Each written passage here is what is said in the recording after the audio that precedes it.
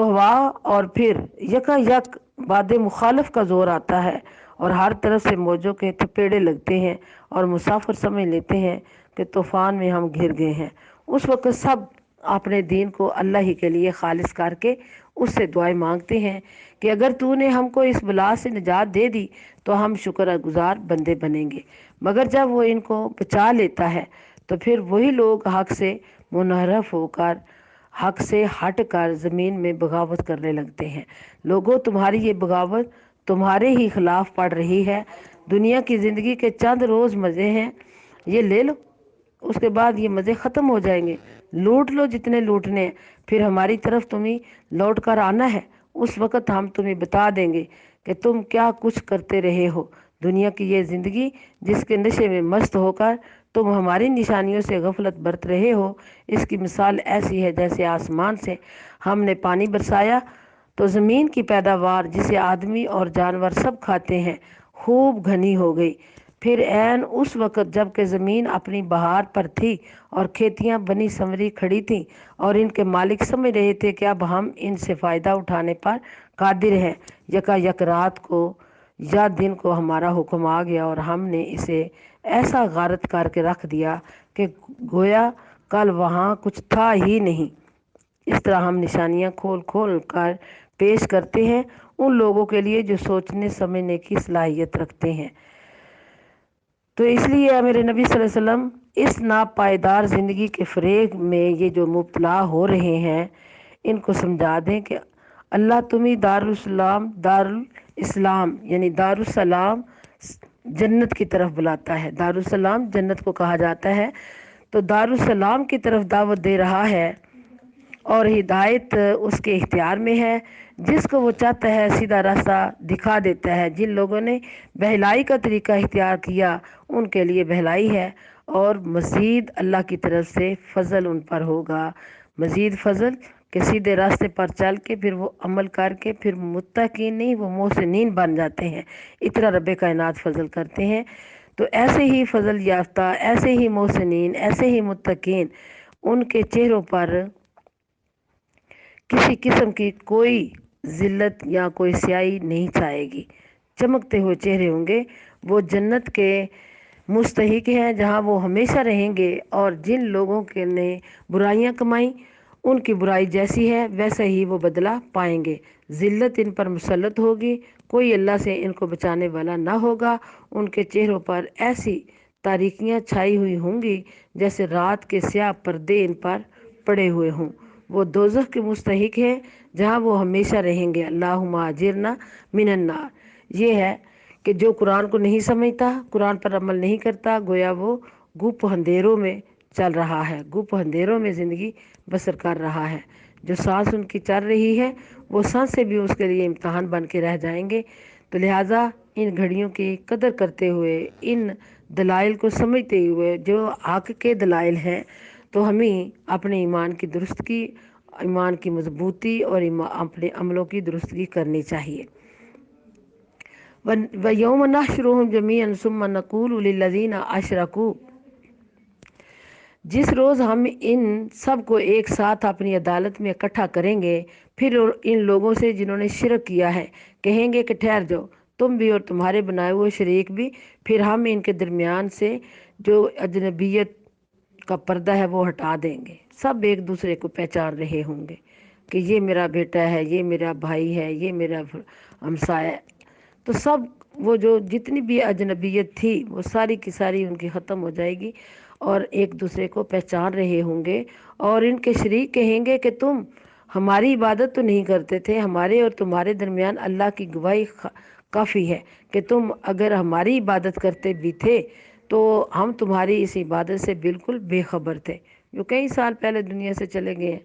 لیکن بیوقوف ہم ایک دوسرے کے دیکھا دیکھی انہیں غلط کاموں میں لاگے ہیں جو شیطان دشمن ہمیں کھینچ کھینچ کے لے کے جا رہا ہے کہ اللہ کی در کی طرف نہ جاؤ، ادھر آؤ، ادھر آؤ، اور ہم اسی کی وہ اونچی آواز میں شور مچا مچا کے کہتے ہیں، ہم اس کی آواز کو پر چل نکلتے ہیں، اور جو حق کی آواز ہے گو دھیمی لیکن اس میں اثر ہوتا ہے، اس کو ہم پیچھے چھوڑ دیتے ہیں اور ہم گمراہی کی راہوں پہ چلتے ہوئے اس قدر دور نکل جاتے ہیں، یہاں تک کہ اللہ رب العزت فرماتے ہیں کہ تمہارا ہر قدم گمراہی کے راستے پر اٹھا ہوا تمہیں جہنم کے قریب لے جاتا ہے، حتیٰ کہ اللہ فرماتے ہیں ہم تمہاری اس عبادت سے بالکل بے خبر تھے کہ آمنے سامنے تمہیں کر کے تو پھر یہ ساری حقیقت تمہارے سامنے واضح کر کے کہ یہ لوگ خود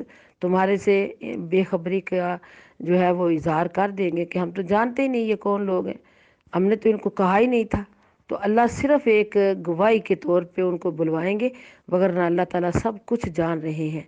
تو لہٰذا گمراہی کے راستے پر اٹھا ہوا قدم کہاں جا رہا ہے؟ اللہ فرما رہے ہیں اس وقت ہر شخص اپنے کیے کا مزہ چکھ لے گا، سب اپنے حقیقی مالک کی طرف پھیر دیے جائیں گے، اور وہ سارے جھوٹ جو انہوں نے گھڑ رکھے تھے گم ہو جائیں گے، اور اس طرح سے اللہ رب العزت سے وہ دور اور اللہ کی رحمتوں سے بھی دور، اور یہاں تک کہ ان کا ٹھکانہ جہنم ہوگا۔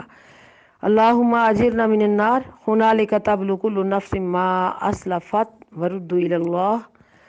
ان سے پوچھو کون تم کو آسمان اور زمین سے رزق دیتا ہے، ذرا ان سے پوچھے تو صحیح۔ تو رزق دینے سے پہلے ہنالک تبلو، اسی جگہ پہ جو منافقوں کی بات ہو رہی تھی، مشرکوں کی بات ہو رہی تھی، تو اللہ تعالیٰ فرما رہے ہیں کہ ہم ان کو اس قدر ان کے کیے کی سزا میں پھنسائیں گے کہ وہ اس سے نکل سکیں گے نہیں، اور گمراہی کی سزا جو ہے وہ سخت پائیں گے۔ تو اللہ تعالیٰ ہم سب کو عمل کی کرنے کی توفیق